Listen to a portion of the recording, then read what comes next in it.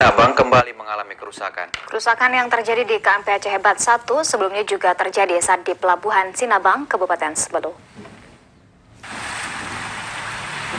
Berdasarkan pantauan TVRI Aceh di Pelabuhan Calang, saat ini KMP Aceh Hebat 1 masih menunggu suku cadang dari Banda Aceh. Kerusakan yang dialami oleh KMP Aceh Hebat 1 terjadi pada baut pen untuk ramdor, sehingga pihak ASDP menunda sementara untuk keberangkatan menuju ke Pulau Simelu. Dari informasi yang diterima, kerusakan yang terjadi pada bagian baut pen ramdor terjadi saat KMP Aceh Hebat 1 bersandar di Pelabuhan Calang kemarin pagi.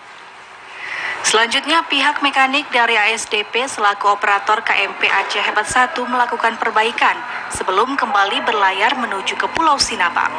Kerusakan yang terjadi di kapal ini bukan hanya terjadi saat ini, namun pada saat pelayaran perdana yang sempat dilepas oleh Gubernur Aceh Nova Iriansyah juga mengalami kerusakan, yaitu di bagian hidrolik dan harus dilakukan perbaikan saat tiba di Simelu.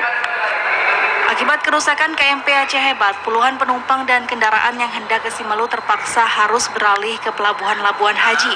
Padahal sesuai jadwal pelayaran KMP Aceh Hebat 1 bertolak dari Pelabuhan Calang kemarin sore. Namun terjadi kerusakan pelayaran menuju ke Sinabang, terjadi penundaan.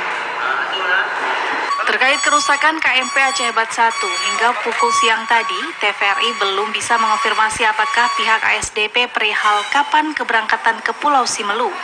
Untuk diketahui, KMP Aceh Hebat 1 merupakan salah satu kapal motor penumpang yang dibeli oleh pemerintah Aceh.